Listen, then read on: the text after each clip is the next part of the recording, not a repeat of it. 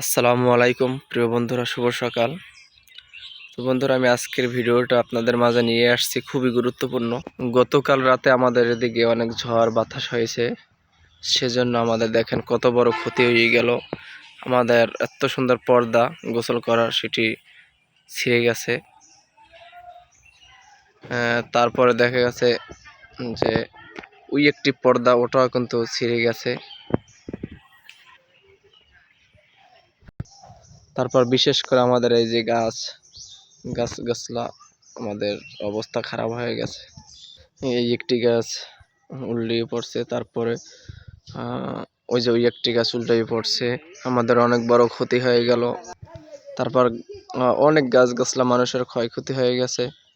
মানে রাত্রে এত ঝড়, এত বাতাস, মানে আমি নিজেই ভয় পেয়ে গেছিলাম যে এত বাতাস।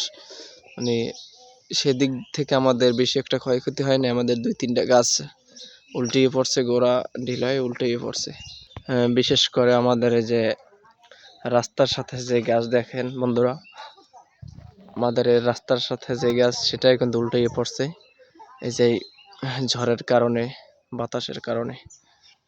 তো আমার জানা মতে অনেকেরই ক্ষয়ক্ষতি হয়েছে গতকালকের ঝড় বাতাসের কারণে। তো আমাদের আলহামদুলিল্লাহ অত বেশি একটা ক্ষয়ক্ষতি হয়নি, আমাদের সামান্য কিছু ক্ষয়ক্ষতি হয়েছে।